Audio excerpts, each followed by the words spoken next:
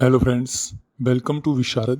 ચાલો લખતા શીખીએ શ્રેણી અંતર્ગત આપણી મુખ્ય પરીક્ષામાં ઉપયોગી થાય એવા આપણે અગાઉ 3 મુદ્દાઓ જોયા છે.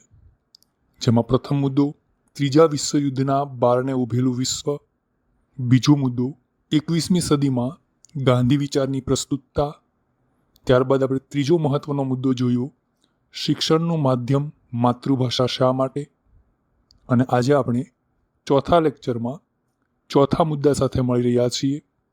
આ મુદ્દો આપણી આવનારી કોઈ પણ મુખ્ય પરીક્ષા માટે ખૂબ જ મહત્વપૂર્ણ રહેવાનો છે. પછી એ ગુજરાતી પેપરની અંદર નિબંધ અંતર્ગત હોય કે આપણા જીએસના પેપરમાં પ્રશ્ન સ્વરૂપે આ મુદ્દો અત્યંત મહત્વપૂર્ણ સાબિત થવાનો છે. તો આવો આજે સાથે મળીને જોઈએ આઝાદીના 75 વર્ષ અને ભારત. ગુજરાતીના પેપરમાં નિબંધ સ્વરૂપે કે જીએસના પેપરમાં પ્રશ્ન સ્વરૂપે જ્યારે આ મુદ્દા વિશે આપણે લખીએ છીએ ત્યારે આપણે એમાં કયા મુદ્દાઓ પર વિશેષ ભાર આપી અને આપણા લખાણને મજબૂત કરી શકીએ. તો એના માટે આપણે અહીંયા 5 મુદ્દાઓ નક્કી કર્યા છે. જેમાં પ્રથમ મુદ્દો છે પ્રસ્તાવના, ત્યારબાદ બીજો મુદ્દો આઝાદી સમયે ભારતની સ્થિતિ, મુદ્દા નંબર 3 ખંડિત ભારતથી અખંડ ભારત તરફ પ્રયાણ, ચોથો મુદ્દો આધુનિક ભારતની સિદ્ધિઓ, અને પાંચમો મુદ્દો ઉપસંહાર. તો આ ક્રમમાં આજે આપણે આ સમગ્ર મુદ્દાને ઉકેલવાનો પ્રયાસ કરીશું. કેવી હોવી જોઈએ આ મુદ્દાની પ્રસ્તાવના? તો આવો જોઈએ. આઝાદીના 75 વર્ષ પૂર્ણ થયાની ક્ષણોને ઉજવી એ સમગ્ર ભારત વર્ષ માટે સૌભાગ્યનો સમય છે. કારણ કે ઉજવણી ઉપલબ્ધિની જ કરી શકાય. 75 વર્ષની ભારતની ગૌરવગાથાનું સ્મરણ કરવાનો અહીં ઉપક્રમ છે. ત્યારે ભૂતકાળની ભવ્યતામાં ભોમિયા બનીને ભમતા પહેલાં આઝાદી મેળવવા માટે જેણે પોતાનું લોહી રેડ્યું છે એવા દેશભક્તોની દેશભક્તિ અને સ્વતંત્ર થયા બાદ નાના બાળકની જેમ ડગમગ ડગલા ભરતા ભારતને જેણે આંગળી પકડીને ચાલતા શીખવ્યું એ આધુનિક ભારતના શિલ્પીઓની દીર્ઘદ્રષ્ટિ સામે નતમસ્તક થવાય છે. તો હવે એક સફર આધુનિક ભારતના 75 વર્ષમાં. તો આ રીતે મિત્રો પ્રસ્તાવના છે એ આપણા પ્રશ્નના જવાબનો મુખ્ય આધાર રહે છે. આથી આપણી પ્રસ્તાવના ખૂબ જ ધારદાર, મજબૂત અને વિષયને ન્યાય આપે એવી હોય એ ખૂબ જ જરૂરી છે. કારણ કે અગાઉ પણ આપણે વાત કરી કે આપણા પ્રશ્નનો જવાબ પૂરેપૂરો પરીક્ષક વાંચવા માટે મજબૂર થઈ જાય એવો જવાબ જો લખીશું તો સફળતા આપણને બહુ જલ્દી મળશે. આગળ વધીએ. આગળનો મુદ્દો છે આઝાદી સમયે ભારતની સ્થિતિ. આ મુદ્દો શું કામ મહત્વનો છે એનો ખ્યાલ પણ આપણને હોવો જોઈએ. જ્યારે આપણે આઝાદીના 75 વર્ષની સફરનો એક અહેવાલ આપતા હોઈએ ત્યારે જ્યાંથી આ સફર શરૂ થઈ છે ત્યાંથી લઈને 75 વર્ષના અંતે આ સફર જ્યાં પહોંચી છે ત્યાં સુધી આપણે પહોંચવાનું છે. એટલા માટે સૌ પ્રથમ આ મુદ્દો મહત્વનો બની રહે કે આઝાદી સમયે ભારતની સ્થિતિ શું હતી. તો આવો જોઈએ. સમગ્ર દેશમાં આઝાદી કા અમૃત મહોત્સવ અંતર્ગત વિવિધ કાર્યક્રમો દ્વારા ભારત દર્શન અને ભારતની સ્વતંત્રતા પછીના 75 વર્ષની સફર આપણને જોવાનો અને જાણવાનો અવસર મળ્યો. સ્વતંત્ર ભારતની આ સફરના શ્રી ગણેશ થયા હતા 15મી ઓગસ્ટ 1947ના દિવસથી. ઈસવીસન 1857માં પ્રથમ સ્વતંત્રતા સંગ્રામ પછી ઈસવીસન 1858માં બ્રિટિશરોએ દેશનું શાસન હસ્તગત કરી લીધું. અખંડ ભારતને તોડી ધર્મના આધારે પાકિસ્તાનને અલગ કરાયું હતું, જેમાં 1 થી 2 કરોડ જેટલા લોકો વિસ્થાપિત થયા હતા અને એ વિભાજનની આગમાં 10 થી 20 લાખ જેટલા લોકો હોમાયા હતા. આ આગ દેશના ઘણા વિસ્તારોમાં વ્યાપી ગઈ હતી. નવા સ્વતંત્ર થયેલા ભારત પાસે આ આગને બુઝાવવાની તાકાત નહોતી. વિસ્થાપિત થયેલા લાખો લોકોને મદદ અને હિંસાનો ભોગ બનેલા લાખો લોકો તથા રક્ષા પૂરી પાડવામાં ગરીબ ભારતની તમામ શક્તિઓ ખર્ચાઈ ગઈ હતી.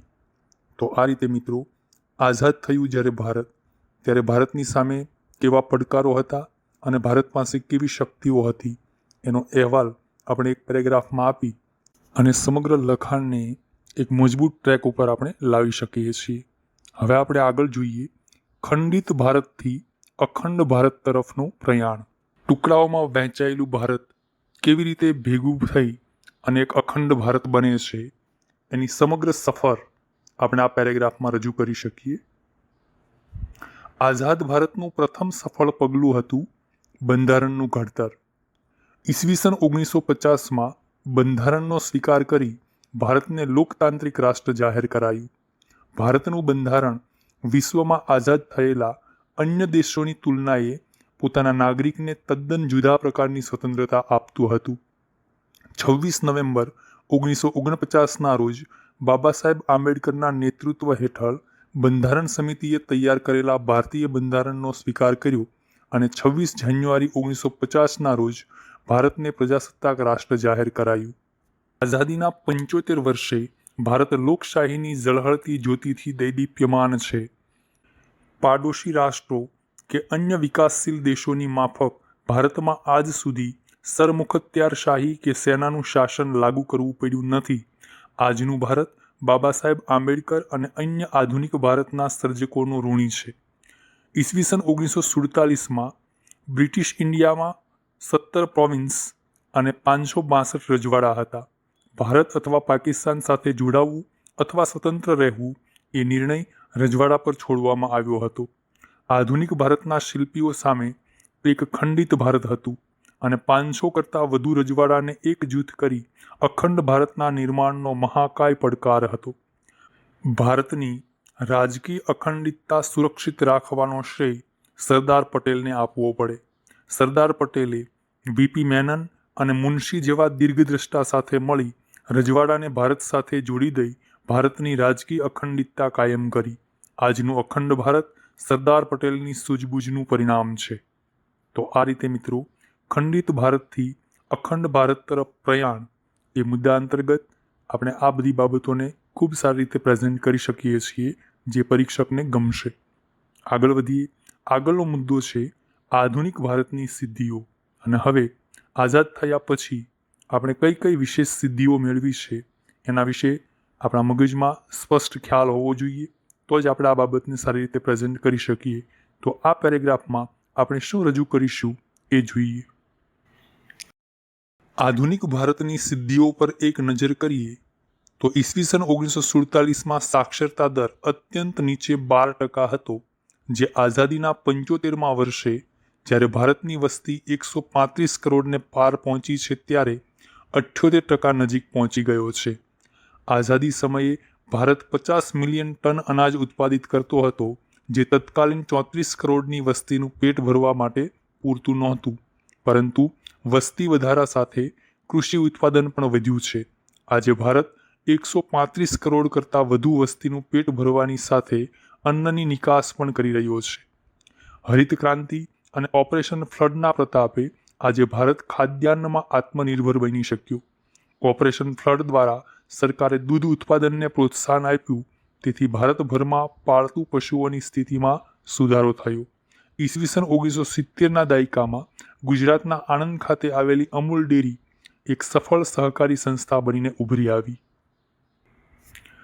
જીડીપીની દ્રષ્ટિએ ભારતની સફર જોઈએ તો ઈસવીસન 1947માં ભારતનો જીડીપી દર કેવળ 2.7 લાખ કરોડ રૂપિયા હતો, જે સમગ્ર વિશ્વના જીડીપીના ફક્ત 3% જેટલો હતો. વર્ષ 2022માં દેશનો જીડીપી $3 લાખ કરોડ પાર ગયો છે અને આજે વિશ્વના સૌથી મોટા અર્થતંત્રમાં ભારતની ગણના થાય છે.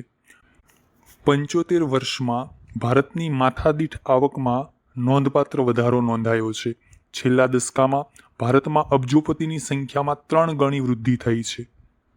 ભારતે અર્થતંત્ર, ઇન્ફ્રાસ્ટ્રક્ચર, અવકાશ, વિજ્ઞાન અને ટેકનોલોજી ક્ષેત્રે નોંધપાત્ર લક્ષ્યાંકો હાંસલ કર્યા છે.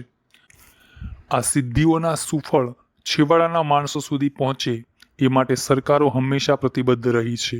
જનધન, આધાર અને મોબાઈલના ત્રિવેણી સંગમ થકી સરકારી યોજનાઓના દુરુપયોગને અટકાવી છેવાડાના માનવી સુધી પહોંચવાનો સરકારનો પ્રયાસ સરાહનીય છે. આયુષ્યમાન ભારત યોજના મારફત છેવાડાના માનવી સુધી આરોગ્ય સેવાઓ ઉપલબ્ધ કરાવવાનો પ્રયાસ થઈ રહ્યો છે. તો આ રીતે મિત્રો 75 વર્ષમાં આપણે મેળવેલી વિશેષ સિદ્ધિઓ છે એમાં જીડીપી, કૃષિ, આરોગ્ય સેવાઓ, શિક્ષણ સેવાઓ વગેરે બધી બાબતોનો આપણે ઉલ્લેખ કરી શકીએ, પણ એના માટે આપણી પાસે સ્પષ્ટ, સચોટ અને પ્રમાણભૂત માહિતી હોવી ઘટે. જો કોઈ પરીક્ષાર્થી આજે આપણે જે ચર્ચા કરી છે એટલી બાબતોને સારી રીતે રજૂ કરી શકે છે તો કદાચ સમગ્ર ગુજરાતમાં એનો આ જવાબ છે એ અન્યથી અલગ પડી જશે અને પરીક્ષકને સંપૂર્ણ સંતુષ્ટ કરી શકાશે. તો આવો હવે આપણે આ મુદ્દાના ઉપસંહાર તરફ જઈએ. તો આમ એક સમયે ભારત ત્રીજા વિશ્વનો દેશ ગણાતો હતો. ઘણા દેશ અસ્તિત્વ ટકાવવા લડાઈ લડી રહ્યા હતા, પરંતુ ભારતે તેની ટીકા કરનારાઓને દરેક મોરચે શાંત કરી દીધા છે. ઘણા પડકારો હોવા છતાં ભારત આશાથી ભરપૂર ભાવિ તરફ મીંટ માંડી રહ્યો છે. તો આ રીતે મિત્રો, આઝાદીના 75 વર્ષ આ વિષય ઉપર અથવા તો આઝાદી કા અમૃત મહોત્સવ એ વિષય ઉપર જ્યારે આપણે લખવાનો આવે તો આપણે કઈ બાબતો રજૂ કરવી જોઈએ જે આ પરીક્ષકને ગમે, પરીક્ષકને સંતુષ્ટ કરી શકે, એ માટે આજે આ ચર્ચા કરી છે. આ ચર્ચા આપને કેવી લાગી? આપના પ્રતિભાવો ચોક્કસથી જણાવજો. સાથે તમારી તૈયારીમાં તમારે કયા મુદ્દાઓ પર વિશેષ માર્ગદર્શનની જરૂર છે એ પણ કોમેન્ટ બોક્સમાં ચોક્કસથી જણાવજો. આ વિડીયો લાઈક કરજો, આ ચેનલ સબસ્ક્રાઈબ કરજો અને વધુને વધુ મિત્રો સાથે શેર કરજો. ચાલો લખતા શીખીએ શ્રેણી અંતર્ગત અન્ય એક અગત્યના મુદ્દા સાથે ફરી મળીશું. Join Visharad, to be Visharad. Thank you very much.